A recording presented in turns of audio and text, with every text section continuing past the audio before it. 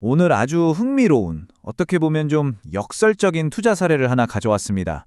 바로 아시아 제지인데요. 한번 자세히 들여다보시죠. 자, 이 역설 대체 뭘까요? 한번 제대로 파고들어보죠. 왜냐면요, 겉으로 보이는 숫자만 보면 와, 이건 정말 심각하거든요. 우선 사람들이 왜 이 주식을 안 좋게 보는지 그 이유부터 알아봐야겠죠? 그러니까 약세론의 근거가 되는 문제점들부터 한번 짚어보겠습니다. 이 숫자 좀 보세요. 마이너스 69.67%.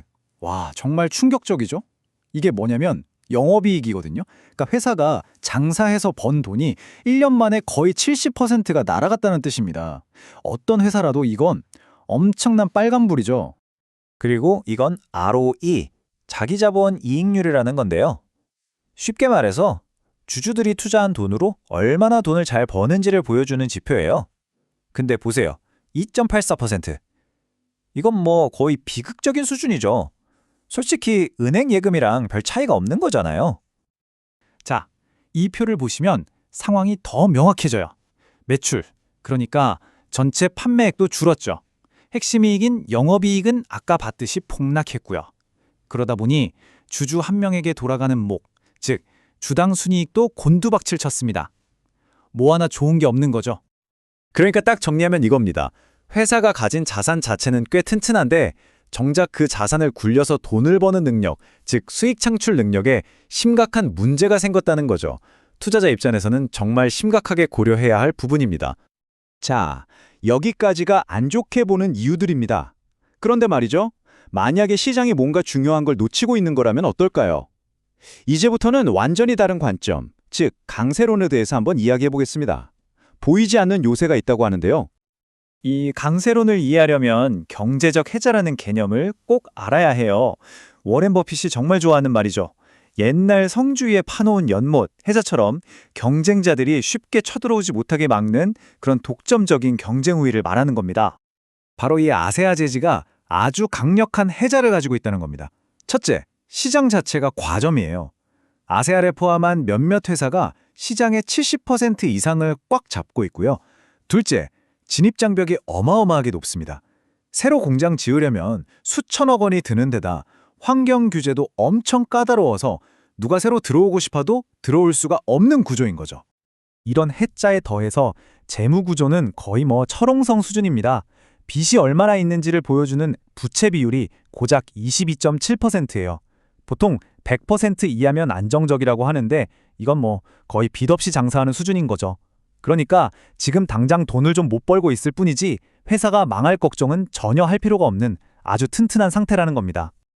그리고 바로 이 탄탄한 재무 상태가 이 회사가 투자 스토리를 180도 뒤집을 수 있는 비장의 카드를 꺼내들게 만듭니다. 이게 바로 게임 체인저죠. 그게 뭐냐면 무려 400억 원, 400억 원어치의 자기 회사 주식을 사서 없애버리겠다고 발표한 겁니다. 이게 얼마나 큰 규모냐면요. 회사 전체 가치의 10%가 넘는 정말 어마어마한 규모의 주주 환원 정책입니다. 자, 주식을 사서 없앤다. 이게 왜 좋은 걸까요? 아주 간단해요. 3단계로 생각하시면 됩니다. 첫째, 회사가 돈으로 시장에 풀려있는 자기 주식을 사들입니다. 둘째, 그 사들인 주식을 그냥 소각, 즉 아예 없애버리는 거예요. 그럼 어떻게 될까요? 셋째, 전체 주식 수가 줄어드니까 내가 가진 한 주의 가치가 저절로 올라가는 거죠. 피자 한 판이 있는데 8조각으로 나눌 걸 4조각으로 나누면 한 조각이 더 커지는 거랑 똑같은 원리입니다. 자, 그럼 정리를 한번 해볼까요? 한쪽에는 엉망인 실적이 있고요. 다른 한쪽에는 튼튼한 재무 상태와 강력한 주주 환원이라는 카드가 있습니다.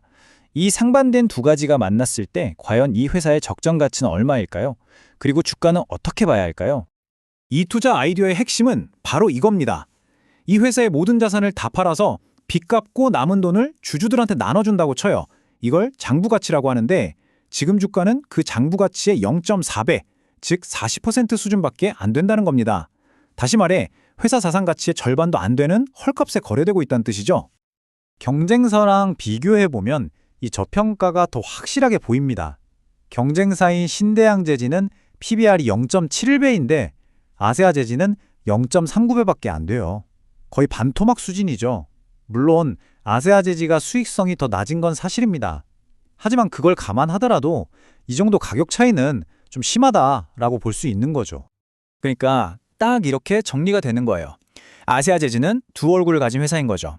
눈에 확 띄는 단점들, 끔찍한 단기 실적, 낮은 효율성, 그리고 눈에 잘 띄지 않는 장점들, 철옹성 같은 재무구조, 독점적인 시장지위, 그리고 강력한 주주 환원. 결국 투자자는 이 둘 사이에서 선택을 해야 하는 겁니다. 그래서 이 리포트의 최종 결론은 매수입니다. 목표 주가는 9,000원에서 1,500원 사이를 제시하고 있는데요. 지금 주가 대비해서 약 35%에서 45% 정도 더 오를 수 있다고 보는 거죠. 그 근거는 물론 앞으로 진행될 대규모 주주 환원 정책이고요. 결국 아세아제즈 사례는 우리에게 이런 질문을 던집니다. 한 기업의 가치를 평가할 때 지금 당장 눈앞에 보이는 이익이 더 중요한 걸까요? 아니면 눈에 잘 보이지 않는 튼튼한 자산과 미래를 바꿀 수 있는 회사의 행동이 더 중요한 걸까요? 이 질문에 대한 답은 투자자 각자의 몫으로 남겨두겠습니다.